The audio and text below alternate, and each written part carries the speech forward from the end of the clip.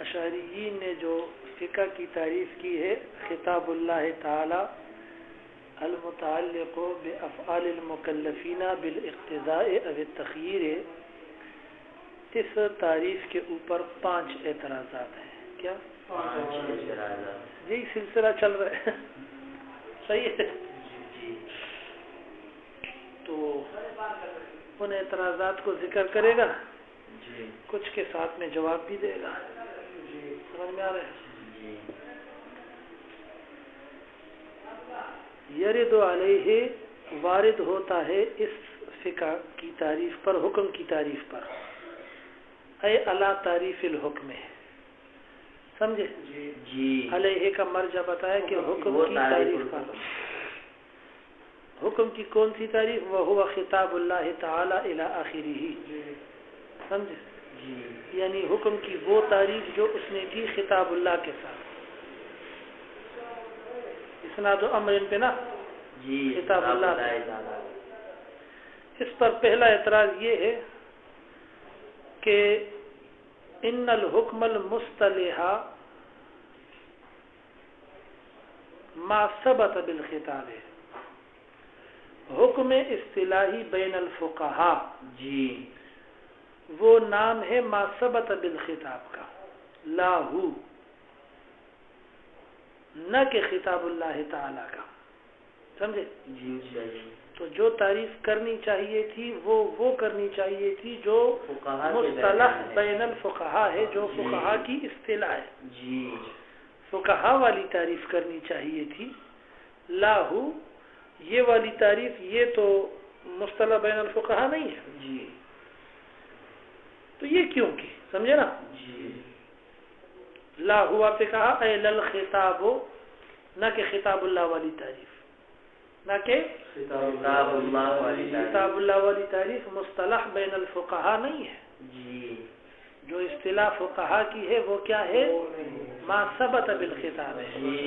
ما ثبت بالخطاب نام ہے کس چیز کا؟ وجوب، حرمت وغیرہ، صحت اور فساد وغیرہ، بطلان اور عدم بطلان. سمجھے؟ تو کہتے ہیں فلا یکون ما ذکر، نہیں ہوگی وہ تعریف جو اس نے ذکر کی ہے اشاعرہ نے، یا ما ذکر جو ذکر کی گئی ہے خطاب اللہ والی تعریف، یہ نہیں ہوگی تعریفا للحکم المصطلح بین الفقہاء، تعریف اس حکم کی جو اصطلاح فقہاء کے درمیان. وہو المقصود بالتعریف ہا ہونا، اور وہی تعریف مقصود ہے یہاں پر. دوسری تعریف مقصود نہیں ہے، فقہاء والی تعریف کرنی چاہیے. یہی مقصود ہے بالتعریف، تعریف سے ہا ہونا اس مقام پر. سمجھ میں آ رہا ہے مسئلہ؟ تو خطاب اللہ والی تعریف کرنی ہی نہیں چاہیے تھی. تعریف کون سی کرنی چاہیے تھی؟ ما ثبت بالخطاب، کیونکہ بات ہے اصول فقہ کے علم کی. تو تعریف بھی وہی چلے گی جو فقہاء کے درمیان مشہور ہے. یہ پہلا اعتراض ہے. سمجھے؟ آگے نمبر 2، وَأَيْضًا يَخْرُجُ عَنْهُ مَا يَتَعَلَّقُ بِفِعْلِ الصَّبِيِّ.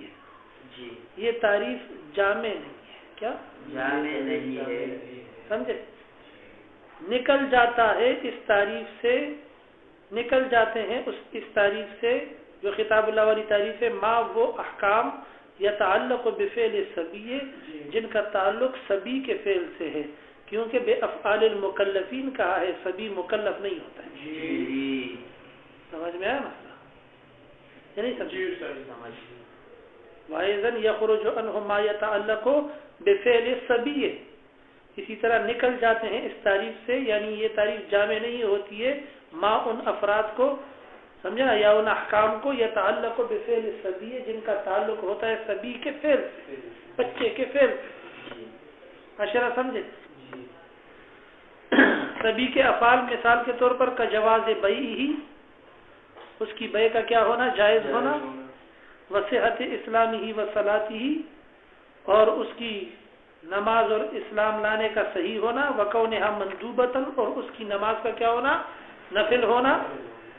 ونحو ذالک، اور اسی طرح دیگر اعمال اس کے، حج کرنا، روزہ رکھنا بچے کا وغیرہ وغیرہ.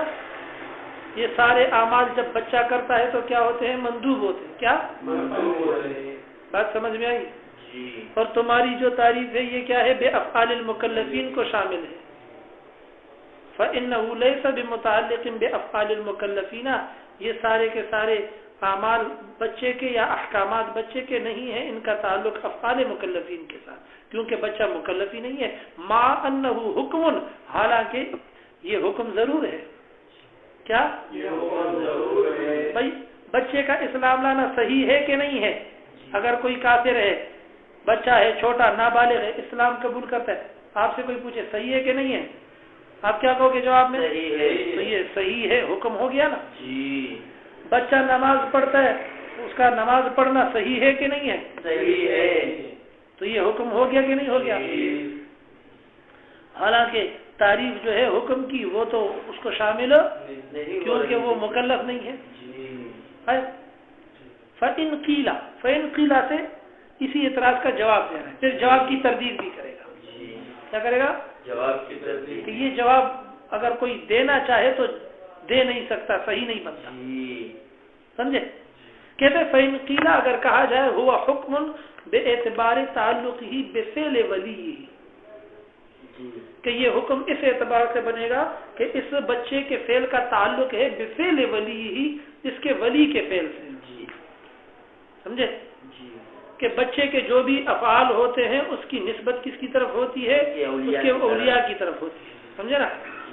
کہتے قلنا، ہم جواب میں کہیں گے ھذا فی الاسلام والصلاۃ لا تصح، اسلام اور نماز کے اندر یہ صحیح نہیں ہے. اسلام اور نماز میں یہ صحیح نہیں ہے. نکاح وغیرہ یا دیگر کچھ مسائل کے اندر اگرچہ صحیح ہے، ولی کا اختیار ہوتا ہے اس میں، نہیں سمجھ میں آیا مسئلہ. لیکن ھذا فی الاسلام والصلاۃ لا تصح، یہ اسلام میں یعنی اسلام کے قبول کرنے میں، نماز کے پڑھنے میں یہ بات آپ کی صحیح نہیں ہے، یہ جواب آپ کا بنتا نہیں ہے، یہ وہاں نہیں چلے. بچہ ہے کوئی اسلام قبول کرنا چاہتا ہے 8 سال کا، آپ کو صبر کر تیرے ولی سے پوچھتا ہوں کہ تیرے کو مسلمان کرتا ہے کہ نہیں، پوچھو گے اس کے ولی سے؟ نہیں. ٹھیک ہے. چھوٹا بچہ ہے نماز پڑھتا ہے، سمجھ میں تم نے اس کو کہا صبر کر، تو بالغ نہیں ہے، تیرے باپ سے پوچھتا ہوں کہ تو نماز پڑھے یا نہیں، تو نے اجازت دی ہے یا نہیں پڑھے. سمجھ میں آ رہا ہے؟ قلنا ھذا فی الاسلام والصلاۃ لا تصح، بات سمجھ میں آئی؟ اچھا، بعض جگہوں میں اگرچہ صحیح ہوتا بھی ہے، کہتا ہے کیا؟ یعنی بچے کے فعل کی نسبت وہ ولی کی طرف کی جاتی ہے یا ولی کے فعل کی طرف کی جاتی ہے، لیکن وہاں پر بھی حکم دو الگ الگ ہوتے ہیں. وہاں پر بھی حکم کیا ہوتے ہیں؟ دو الگ الگ ہوتے ہیں. مثال کے طور پر بچے کے مال میں زکوٰۃ کا واجب ہونا، بچہ ہے، توجہ ہے کہ نہیں ہے، مالدار ہے، اس کے مال کے اندر زکوٰۃ کا واجب ہونا یہ ایک حکم ہے، اور اس کے مال سے زکوٰۃ الگ کر کے اس کو ادا کرنا یہ الگ حکم ہے. اب وجوب اس کے اوپر آ جائے، توجہ کرنا، وجوب اس کے اوپر آ جائے، اس کا تعلق بچے کے مال سے ہے، بچے سے ہے، لیکن اس کی ادائیگی جو ہے وہ بچے پر نہیں ہے، اس کے ولی سے ہے. یہ دو الگ الگ حکم ہے. وجوب نفس وجوب کا نام ہے، اور ادا وجوب ادا کا نام ہے، اس کا کرنا جس کی ذمہ داری ہے. تو دونوں کی پوزیشن کیا ہے؟ الگ الگ ہے. سمجھ میں آیا مسئلہ؟ دیکھو،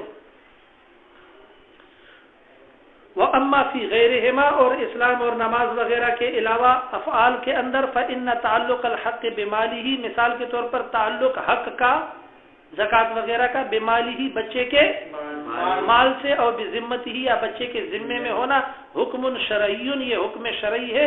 لیکن ثم اداء الولی حکم آخر، ولی کا ادا کرنا یہ ایک الگ حکم ہے.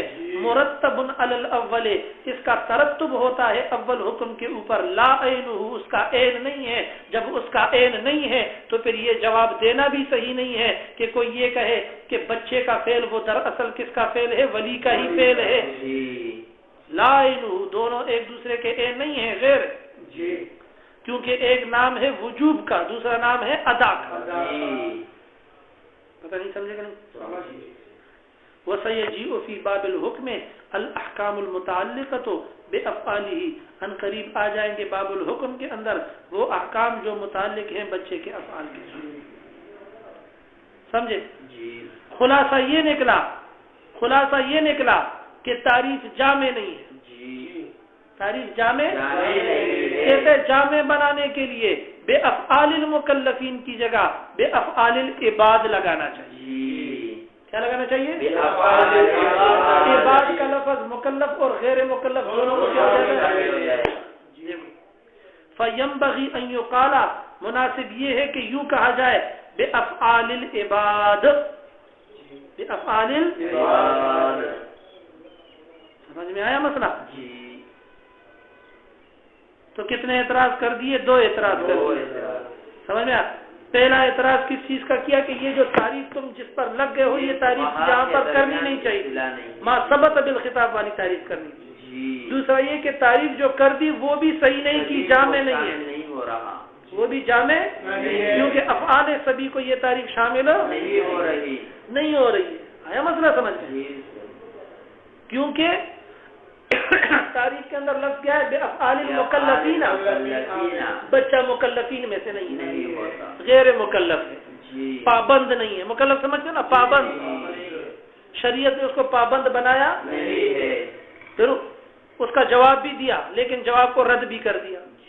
سمجھ گیا؟ جواب کیا دیا کہ کوئی کہنے والا اس نے جواب دے دیا کہ افعال مکلفین اس کے اندر سبھی شامل ہے. سبھی اس طرح شامل ہے کہ بچے کے جو کام ہوتے ہیں وہ منسوب الی الولی ہوتے ہیں. بچے کے جو افعال ہوتے ہیں وہ منسوب الی الولی ہوتے ہیں. مثال کے طور پر بچہ جو ہے وہ زکوٰۃ دے گا جب صاحب مال ہو جائے گا. بچے کے مال میں زکوٰۃ ہوگی، کون دے گا؟ ولی دے گا، لہذا نسبت ولی کی طرف ہوگی. کہتا ہے پہلی بات تو یہ ہے کہ کچھ افعال ایسی بھی ہیں جس کے اندر ولی کا نام بھی نہیں لیا جاتا ہے، جس طرح صحت اسلام و صلاۃ. ٹھیک ہے. دوسرا جو آپ نے جواب پیش کیا وہ بھی کامل نہیں ہے، ناقص ہے. کیوں؟ اس لیے کہ یہاں پر بھی دونوں احکام الگ الگ ہیں. ایک نفس وجوب ہے، ایک وجوب ادا ہے. ایک اس کی ادائیگی ہے، سمجھ میں؟ ایک ہے اس کے ذمے کے ساتھ حکم کا وابستہ ہو جانا، یہ الگ چیز ہے. ایک ہے ایک شخص کا اٹھ کر اس کی وکالت کرتے ہوئے، ولایت کرتے ہوئے اس کے مال سے ایک حصہ دینا، یہ الگ ہے. نہیں سمجھ میں؟ دونوں ایک دوسرے کے کیا ہیں؟ غیر ہیں، عین نہیں ہے. پھر آخر میں کیا کہا؟ فَيَنبَغِي أَن يُقَالَ بِأَفْعَالِ الْعِبَادِ.